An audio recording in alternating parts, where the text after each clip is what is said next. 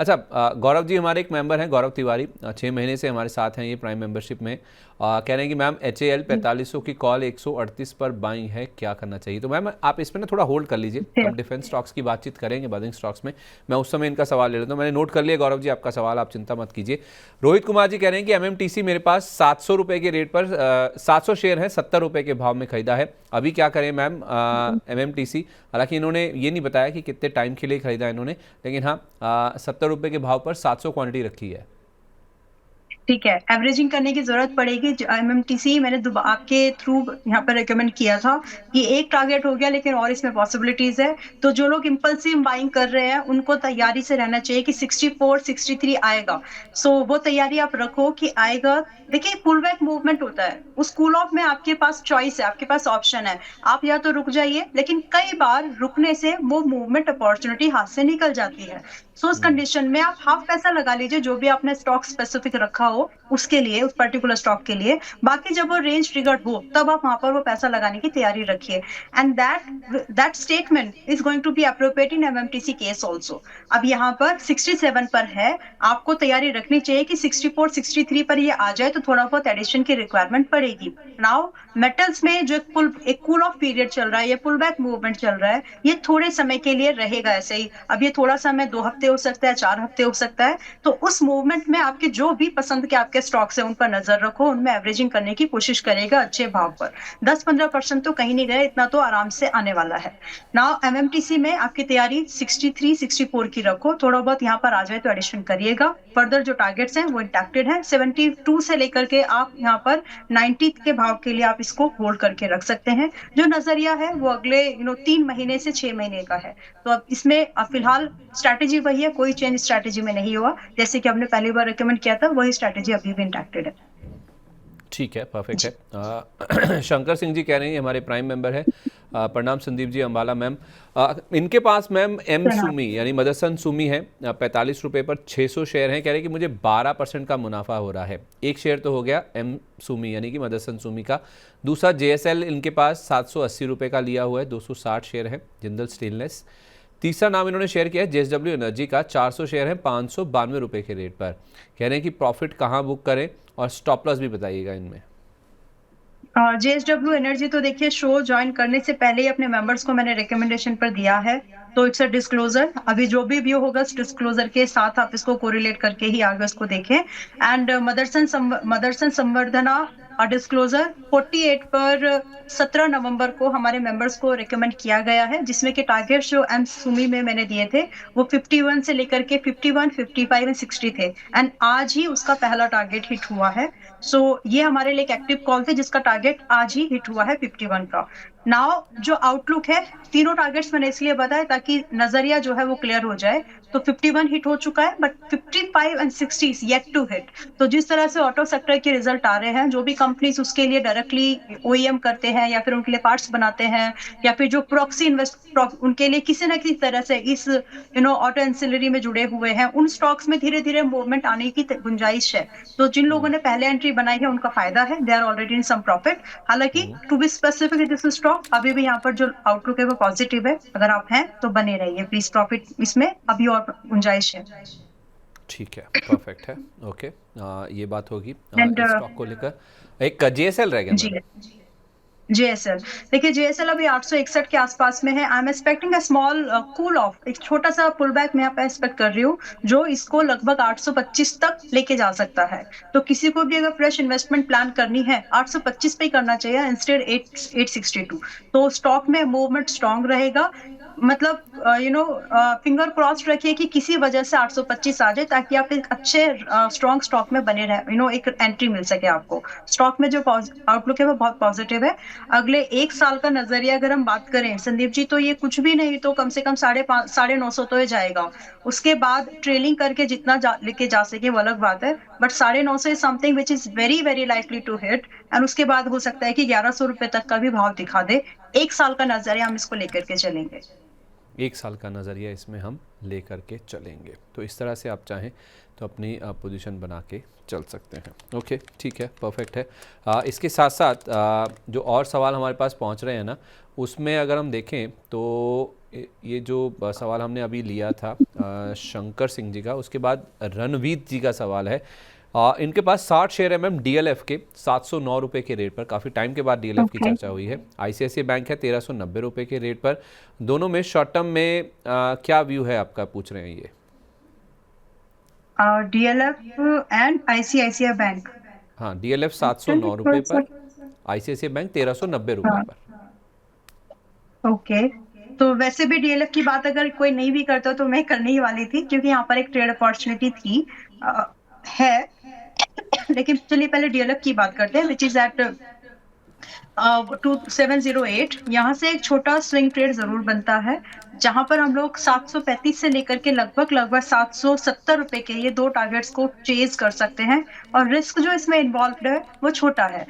यहाँ पर 680 रुपए का स्टॉप लॉस मान के 707 700 रुपए तक एंट्री बनाई जा सकते हैं ये दो टारगेट्स के लिए। It's a swing trade. आपके स्विंग ट्रेड के टारगेट हो जाए तो छोड़ दीजिएगा इसको, फिर I mean book your profit. And then we have ICICI bank. थोड़ा सा स्लो चल रहा है ये, मेरे पास चार्ट थोड़े से आज स्लो लोड हो रहे हैं, तो प्लीज अगर मैं 1-2 सेकंड एक्स्ट्रा लूं तो please bear with me. ICICI bank अभी चल रहा है 1370 पर। वेरी वेरी फ्रेश एंट्री के लिए ठीक है फर्स्ट ऑफ ऑल। एंड यहाँ पर बहुत लाइकली है इसकी चाल के हिसाब से। अब देखिए यहाँ पर टारगेट कितने छोटे होंगे पॉइंट वाइज। तो यहाँ पर 1405 रुपए से लेकर के लगभग 1450 रुपए के टारगेट्स हमको ICICI बैंक में आने वाले एक क्वार्टर में दिख सकते हैं। और स्टॉप लॉस जो है यहाँ पर हम लोग एक स्टॉप लॉस 1320 का मेंटेन करके चल सकते हैं। आई थिंक पिछले हफ्ते भी ICICI बैंक का नाम किसी रीजन से आया था और यही आउटलुक हमने उस समय भी शेयर किया था। एंड संदीप जी, अभी जो बैंक है, अभी प्राइवेट बैंक्स का टाइम है। जो कुछ एक सवाल लोगों के आएंगे कि हम PSU बैंक्स खरीदें या प्राइवेट बैंक्स। PSU में बहुत सिलेक्टिव हो जाइए और प्राइवेट बैंक्स पे फोकस थोड़ा सा बढ़ाया जा सकता है, जैसे कि कोटक बैंक हुआ, ICICI बैंक हुआ, HDFC फॉर दैट मैटर। थोड़ा बहुत हम ये देख सकते हैं स्टॉक्स में कब साइड की मूवमेंट। जी ठीक है, परफेक्ट है। तो ये हो गई बात इस स्टॉक को लेकर। तो इसके अलावा जो क्वेश्चंस हमारे पास पहुंच रहे हैं ना मैम, ये जो DLF की बात होगी तो माइनिश के नाम से हमारे एक मेंबर है, कह रही है कि गुड आफ्टरनून, आई एम निष्ठा। इन्होंने अपना नाम बताया है निष्ठा, माइनिश मतलब निष्ठा से ही निश लिया है इन्होंने। Please advise on Sunflag iron and steel, is it good for investment for long term at current levels. तो लंबी अवधि के लिए मैम अभी अच्छा मौका है लेने का इसको, सनफ्लैग आयरन। यस यस, ठीक ठाक है, कोई प्रॉब्लम नहीं है। और ये मतलब मुझे इसका चार्ट में इसलिए नहीं देख रही हूँ क्योंकि मैं इसको ट्रैक कर ही रही हूँ। तो अगर आपने उसके साथ आपने एक नाम भी जोड़ दिया है कि आपको लंबी अवधि के लिए खरीदना है, तो लंबी अवधि के लिए खरीदना है। और आयरन जैसे BHT अभी हमने देखा, तो जो कंपनीज डायरेक्टली इनडायरेक्टली आयरन और क्रूड आयरन आयरन और जिसको बोलते हैं, या फिर जो आयरन पैलेट्स बनाती हैं, उन कंपनीज को देखिए, क्लोजली वॉच कीजिए। तो जिस तरह से मूवमेंट हो रहा है, अल्टीमेटली उन कंपनीज को जो छोटे छोटे प्रोडक्ट्स होते हैं उनके ही पास जाने वाला है। जो TMT बार्स बनाती हैं, देखिए उन कंपनीज को ध्यान से, आपको कुछ मिलेगा। अपनी पसंद के स्टॉक्स को सर्च करिए, अपनी पसंद के स्टॉक्स को कमेंट्स में लिखिए और फिर आप पूछ सकते हैं कि इसको बाय करे कि नहीं करे। बट एक थीम मैंने आपको बताई है कि आप इस तरह छोटे स्टॉक्स आपको मिल जाएंगे, मिड कैप स्टॉक्स आपको मिल जाएंगे, बैलेंस शीट देखना, तब आपको ना एक अच्छा अपसाइड का मूवमेंट इस तरह की कंपनीज में, TMT बार्स बनाने वाली, आयरन और में काम करने वाली कंपनीज में, जो पिग आयरन बोलते हैं जिसको, उनमें दिखेगा। सनफ्लैग अभी 268 के आसपास में है। यहाँ पर थोड़ा सा अगर आप रुक करके, मतलब आपका नजरिया क्योंकि लॉन्ग टर्म का है, तो आप रुके नहीं रुके 2-3% से कोई खास फर्क पड़ेगा नहीं, क्योंकि जो इसमें अपसाइड की मूवमेंट जो इसमें अपसाइड की मूवमेंट पेंडिंग है वो 315 से लेकर के इस स्टॉक को 400 तक लेके जा सकती है। And currently it is at just 268। तो आप समझ सकते हैं कि कितना अच्छा अपसाइड का मूवमेंट यहाँ पर बन सकता है। एक स्टॉप लॉस स्ट्रिक्टली ध्यान रखिएगा, जो इस ट्रेंड का स्टॉप लॉस होगा, जो कि है 245 पर। तो आप इसको फिलहाल देख सकते हैं एक long term investment point of view से। ओके, जी परफेक्ट है, ठीक है। इसके साथ साथ ना कुलवीर सेखो जी कह रहे हैं कि सत श्री अकाल सर। सत श्री अकाल सर। HEG इनके पास भी है 610 रुपये के प्राइस पर लिया है, क्या करूं 2 महीने का नजरिया। तो HEG तो मैम हमने डिस्कस किया ही है, केवल 2 महीने का व्यू है इनका, तो ऐसे कुछ अलग तो है नहीं, व्यू तो वही रहेगा जो अभी आपने शेयर किया। यस और 6 महीने का व्यू भी वही है। आई मीन टू से कि 6 महीने में भी इसको उतना ही करना है और 2 महीने में भी इसको उतना ही करना है। तो जल्दी अगर आपके टारगेट सेट हो जाएँ तो निकल ज़रूर जाइएगा। एवरेजिंग के लिए जो भाव सुझाया है 580 के आसपास का, 585 के आसपास का, उसका ध्यान रखिए। ठीक है, ओके। अच्छा, एक अभिषेक रॉय जी का सवाल है, कह रहे हैं कि 1 महीने की स्टॉक एडवाइस बताइए फॉर बेटर रिटर्न इन्वेस्टमेंट। उनको 1 लाख का करना है, तो इसको चुन के लिए रोक लें जो आपके स्टॉक्स आप चुन के लाई हैं आज के लिए। मैं एक रिक्वेस्ट करूं, इन बिटवीन द शो ही कई सारे ऐसे स्टॉक्स है जो मैं बोल रही हूँ कि यहाँ पर एक बाइंग अपॉर्चुनिटी, शो को पीछे जाकर के देखिए, आपको समझ में आ जाएगा कि कहाँ पर खरीदारी करनी है और कहाँ पर नहीं करनी है। So instead of waiting for that, आप शो को ही ध्यान से देखो, आपको कुछ अपॉर्चुनिटीज मिल जाएंगी। तो ध्यान से सुनिए, सुनने में ही आपको बहुत कुछ सीखने को और ट्रेड करने के लिहाज से मिल जाएगा। तो ऐसा नहीं है कि आप बोलेंगे आपका सवाल आएगा, लेकिन इन बिटवीन जहाँ भी अपॉर्चुनिटी बन रही होगी वो स्टॉक आपके सामने हाईलाइट कर दिया जाएगा। रोहित जी का एक सवाल और भी है, इनका सवाल मैंने एक होल्ड भी किया था, डिफेंस वाला। ये कहने कि रिको ऑटो के 200 शेयर है मेरे पास, 139 के भाव में खरीदा है, अभी क्या करें मैम? आप ही के कहने पर लिया था इन्होंने। यस मुझे याद है। रिको ऑटो कितने पर लिया है इन्होंने लेके? 200 शेयर 139 के भाव पर। क्या मैंने इसी प्राइस पर रेकमेंड किया था? बट एक सेकेंड, 28 दिसंबर को इसका प्राइस क्या था? Let me check please. Okay, close to, ठीक है, 129 के आसपास था। आपका बाइंग है 139 की। मैंने ये इसलिए चेक किया क्योंकि बाइंग बहुत ऊपर की है आपकी। वेल, नाउ रिको ऑटो में जो एक व्यू है वो ये है कि पुल बैक को थोड़ा सा एक्सटेंड करेगा। अभी 131 के आसपास में है, 132 131 के आसपास है। इट इज लाइकली कि 124 तक आ जाए, तो वहां पर थोड़ा बहुत एडिशन कर लीजिए अगर आप कर पाए। Otherwise simply as it is hold करिए with stop loss at 110, and यहाँ से आपका जो टारगेट बन जाएगा आराम से 155 से लेकर के आपको 170 के टारगेट्स आप देख पाएंगे। तो अगर हो सके तो थोड़ा बहुत एवरेजिंग करो ताकि आपका जो एक एग्जिट है वो प्रॉफिटेबल थोड़ा जल्दी हो जाए। इसके बाद आप चाहे तो फर्स्ट टारगेट पर भी निकल सकते हैं।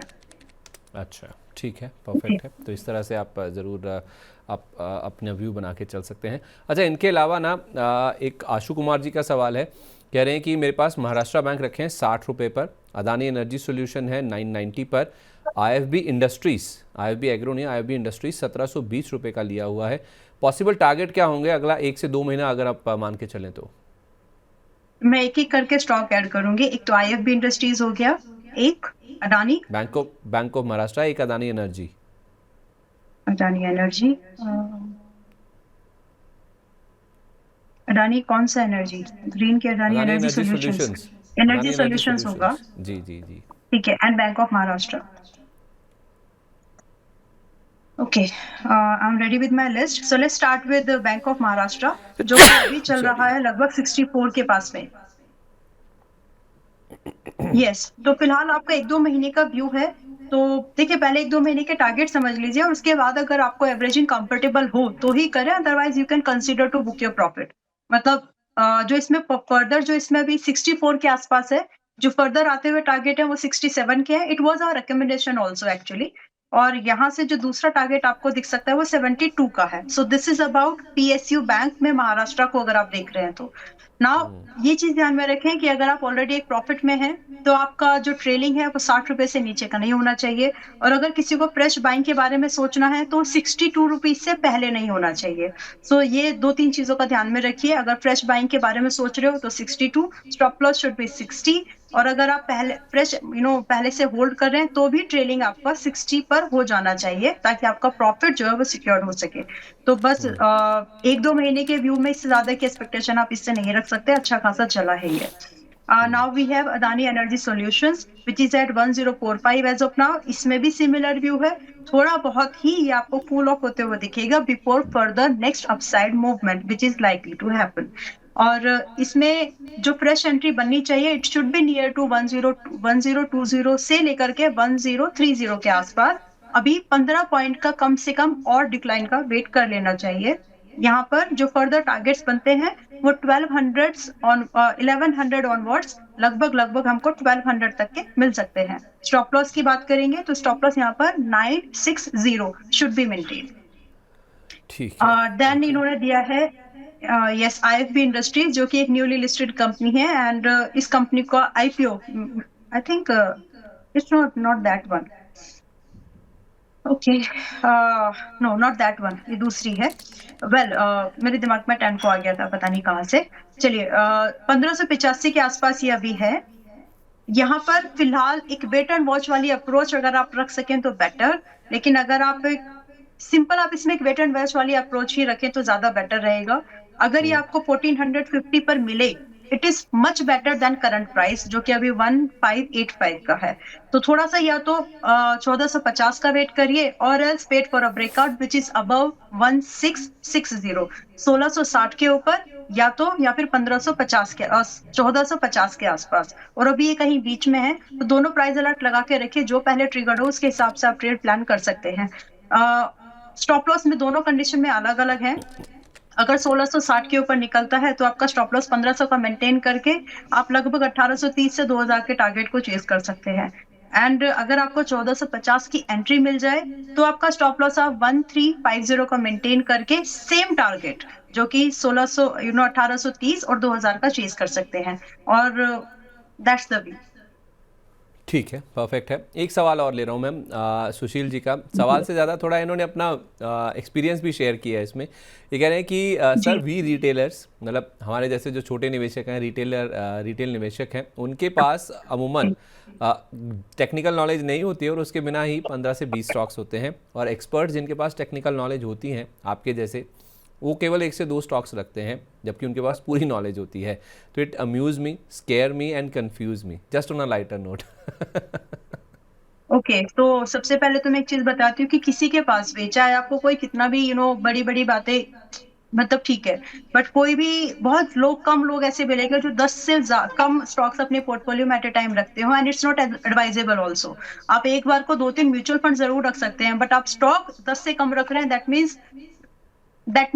मीन्स उससे ज्यादा नहीं होगी। तो do not compare yourself with anybody. Do not compare yourself with anybody, because everybody has their own risk appetite and investment objectives. अगर कोई ओवर इन्वेस्टमेंट या ओवर एक्सपोज हो रहा है, that means they have something in back.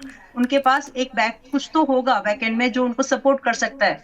लेकिन अपने आप को दूसरों से कंपेयर करके आप उनके जैसे मत करिए, and you have to be scared. अगर कोई ऐसे कर रहा है और आपको इन्फ्लुएंस करने की कोशिश कर रहा है, scared yourself and just get away. I mean simple. ठीक है, चलिए, परफेक्ट है।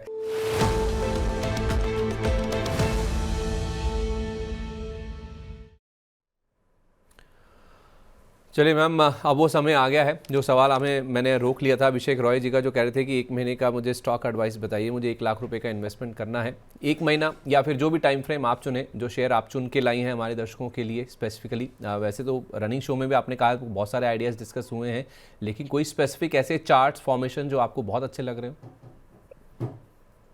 ठीक है, उससे पहले मैं सेल के ऊपर अभी अभी अपडेट मिला, अलर्ट आया है कि 150 का जो टारगेट था वो हिट हो गया। 132 के आसपास रिकमेंडेशन थी मनी 9 मेंबर्स को, और 150 हो गया है। तो फिलहाल आगे का व्यू अभी भी बुलिश है। टाटा स्टील और सेल में, दोनों की कंपैरिजन में मैंने सेल को रेकमेंड किया था, तो अभी भी जो अरे इसमें मैम, व्यू है, आप इसको, अभी भी आप इसको 155 से 170 के लिए ग्रेजुअली, धीरे धीरे, जैसे जैसे चार्ट चल रहा है वैसे भी आप अपने ट्रेलिंग करते हुए चल सकते हैं। So it's a good return जो अभी आपको मिल रहा है, उसको ट्रेलिंग जरूर कर लीजिए, हाथ से जाने ना दे।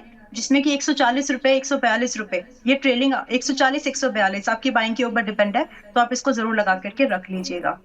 नाउ देखिए, मैं सीमेंट स्टॉक्स पर थोड़ा सा भी फिलहाल के लिए मेरा व्यू पॉजिटिव है। हम लोग एसीसी को देख सकते हैं एंड ओरिएंट सीमेंट को देख सकते हैं। एसीसी अभी अगर हम देखेंगे तो 1767 के आसपास चल रहा है संदीप जी, एंड यहाँ से आराम से 1840 से लगभग 1920 एंड 2000 के टारगेट्स हमको देखने, 2050 के टारगेट्स हमको देखने के लिए मिल सकते हैं। सो इधर वे आप इन्वेस्टमेंट करें या ट्रेड करें, दोनों ही मायने से फिलहाल ये ठीक ठाक है, बहुत ही रिवर्सल जैसी स्टेज पर है।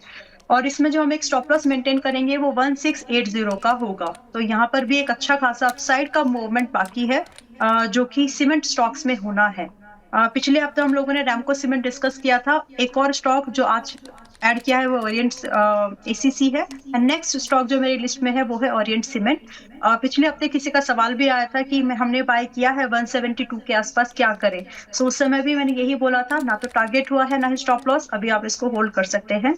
अभी 174 175 के आसपास मिलेगा, इसी रेंज में है। आराम से 195 से लेकर के हमको 220 और 250 के टारगेट ओरिएंट सीमेंट में दिख सकते हैं।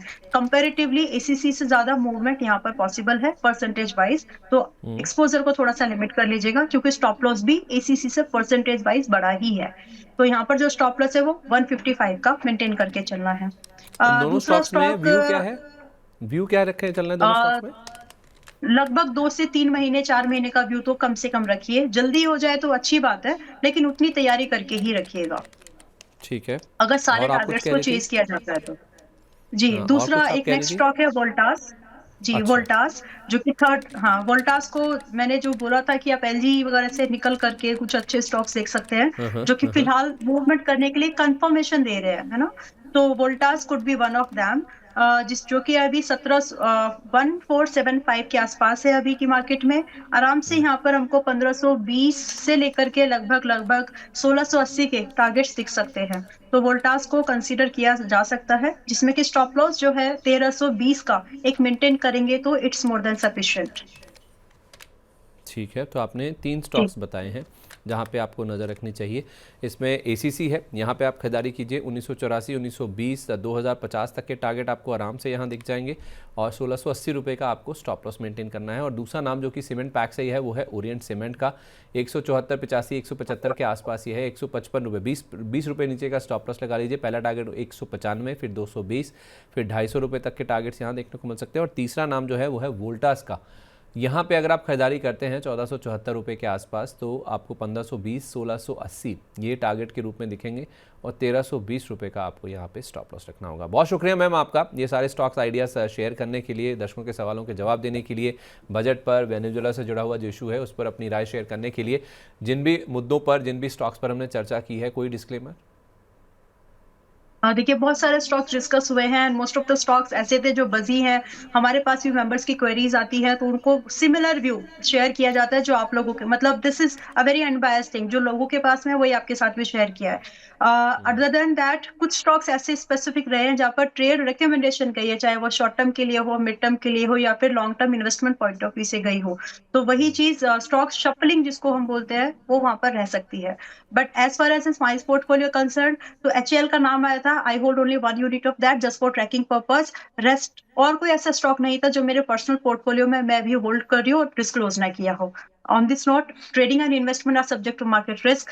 कभी भी पैसा लगाने से पहले स्टॉप लॉस टारगेट को देखो। कई एग्जांपल्स आज के मार्केट आज ऐसे आए जिन्होंने एंट्री बना ली, फिर स्टॉप लॉस और टारगेट पूछ रहे हैं। ऐसी गलती मत करो, वरना बहुत कंफ्यूजन होता है, आपको अपने ही डिसीजन पर फिट आउट होने लगेगा।